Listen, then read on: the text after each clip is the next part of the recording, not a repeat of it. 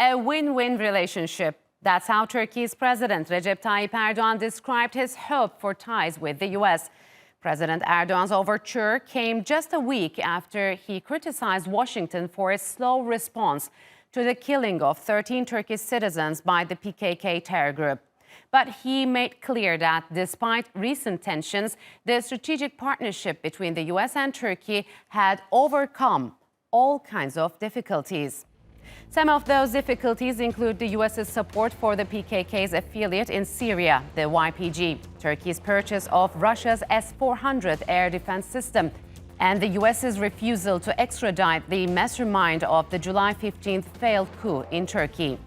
But amidst those tests, there are many strategic goals Ankara and Washington share, like finding a lasting political solution to the nearly decade-long Syrian war, lowering tensions in the Gulf and restoring the Iran nuclear deal, and bringing to justice those who are involved in the murder of journalist Jamal Khashoggi. And to discuss that, joining me now from Atlanta is Ali Demirdas. He is a political analyst who specializes in Turkish-U.S. relations. And from Washington, D.C., Michael Doran. He's a senior fellow at the Hudson Institute. Gentlemen, welcome to Straight Talk. It's good to have you on the program. So, Michael, Turkish President Recep Tayyip Erdogan reached out to the Biden administration saying that the common interests of Turkey and the U.S. outweigh their differences. Could you expand on that? And what are those common interests that the two countries share?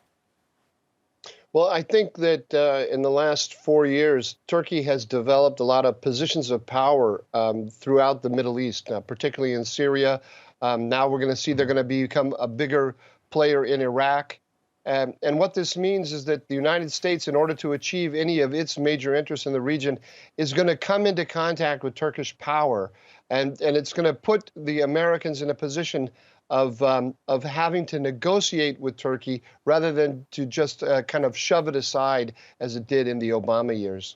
So, Ali, what is the imminent hurdle standing between the two that should be dealt with? If my contribution to Straight Talk was an article, the title would be Geopolitics Dictate Washington's Cooperation with Turkey. The U.S. has been facing daunting challenges globally in terms of foreign policy making with regards to China, Afghanistan, Iran, Russia, and Europe. And Biden wants a stronger transatlantic NATO alliance. Mm-hmm. And without the second largest military, the member of NATO, the U.S. will not be able to fulfill this mission. Therefore, the Turkish-American cooperation is a must for both countries. So Biden has offered restart nuclear talks, Michael, with Iran, and he was willing to get back to the 2015 deal. We know that from the very beginning, Turkey has been supportive of this deal. Can you talk to us about how the U.S. and Turkey have similar interests when it comes to Iran and diffusing tensions in the Gulf?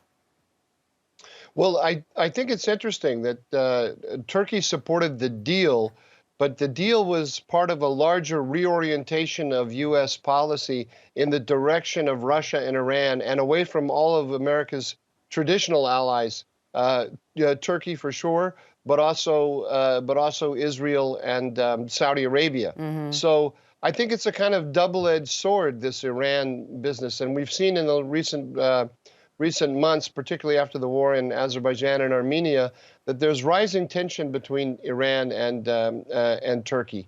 So exactly how that's going to play out, we have to wait and see.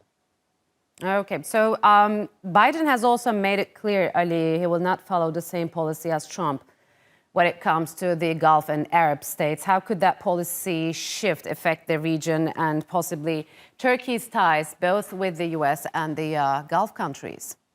I agree with Mike. The Biden foreign policy vis-a-vis Iran is going to poses to alienate the U.S. traditional U.S. allies such as Turkey, Israel, and Saudi Arabia.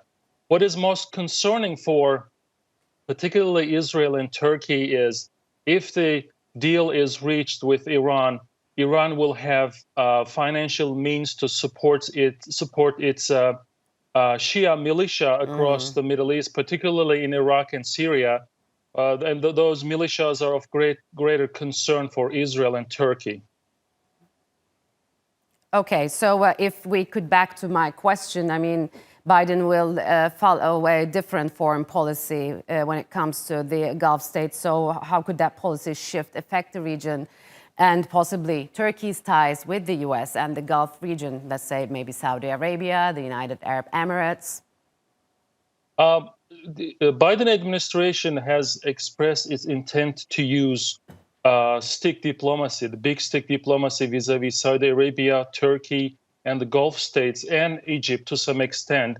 By alienating this many regional countries, regional powers, the U.S. foreign policy is going to suffer greatly. So I think Biden administration is going to have to go back to what the Trump administration had done when it comes to the Gulf states and the Middle East. So, Michael, the U.S. has finally released a detailed intelligence report about the killing of journalist Jamal Khashoggi.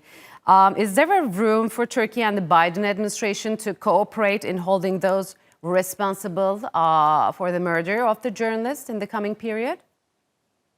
Yeah, in a way, I think that's kind of yesterday's news. I agree with the analysis of Ali that this is really part of an effort not to get to the bottom of the Khashoggi killing, but to distance Saudi Arabia from the United States as part of the U.S. outreach to Iran. And I think paradoxically, that creates a space for cooperation between Saudi Arabia, Israel, and Turkey. You know, with the Turkish interest in the Sinjar region in Iraq, that's an interest that I think both the Israelis and the Saudis would share with Turkey, because if Turkey were to go into Iraq, as it has been signaling, that would block the Iranian access, the direct land routes of the Iranians into Syria. I don't think that this would cause trouble between Saudi Arabia and Turkey, or between Israel and Turkey at all. On the contrary, I think it would create a basis for a shared interest in order to put pressure on the United States to look more favorably on its traditional allies. I think you're talking about a possible Sinjar operation. So, Ali, Biden said America back is on the international platform. Will that be an easy task given the dramatic changes on the ground in international hotspots? Not at all. Actually, the European leaders have expressed their reluctance to do business with the United States. The U.S., the recent COVID crisis caused the European economies to collapse. And what the European Union, what Europe right now needs is more trade with China and cheaper energy from Russia. And Europe wants to do business with both of these countries, which happen to be the American rivals. So it is going to be very difficult for the U.S. to go back to the world scene and perform the policies that it had intended to do. So, Michael, there's a talk about concentrating on common interests rather than disputes. Is it sustainable without genuinely understanding and addressing one another's concerns? What I'm trying to say, the U.S. support for the YPG terror organization, it seems that it will be continuing. And then there's this S-400 missile issue, as well as the extradition request by Turkey of Fethullah Gülen. Well, in the last couple of years, I've talked to Turks extensively about these issues, and I've talked to Americans extensively about these issues. And the thing that continues to strike me is the gap between the fundamental perceptions. And that's true. That's true about Americans in general. I think not simply the Democrats and the Biden team. I think it's that these are points of friction that are going to continue to plague the relations for as long as I can see into the future. I don't need that's not a reason to be totally in despair. I think for all the reasons that I and Ali have just laid out, there's going to be a lot of events that are going to have nothing to do with S-400s, nothing to do with the YPG, and there are going to be interests between the two sides that are going to create opportunities for greater understanding. but a kind of meeting of the minds about the general picture in the region, I just don't see that at this stage. So from an American point of view, Ali, how could we talk about a unified front, let's say, confronting Russian and Chinese influence, where most of the Western allies adopt an unfavorable stance against Turkey for its regional drives? The best way for the U.S. to counter Russia is to cooperate with Turkey and understand Turkey's regional security threats and improve the relations. Going back to the YPG issue, yesterday the general of CENTCOM, the Central Command, General McKenzie, said that Turkey has legitimate concerns when it comes to the PKK, and we understand Turkey's security concerns in the region. So I think we are heading towards a more positive rapprochement between the two countries. And Mike, what's the current mood in Washington towards Ankara? Do many of the decision makers believe that relations are reparable or are beyond that? And what should be done for confidence building between the two? Well, I think that right now the good news for Turkey is that it's not an American priority. I think that if I had to say what is the number one concern of the Biden team in its foreign policy, I would have to say it's domestic policy. I mean, the thing that they're really reeling from is the election.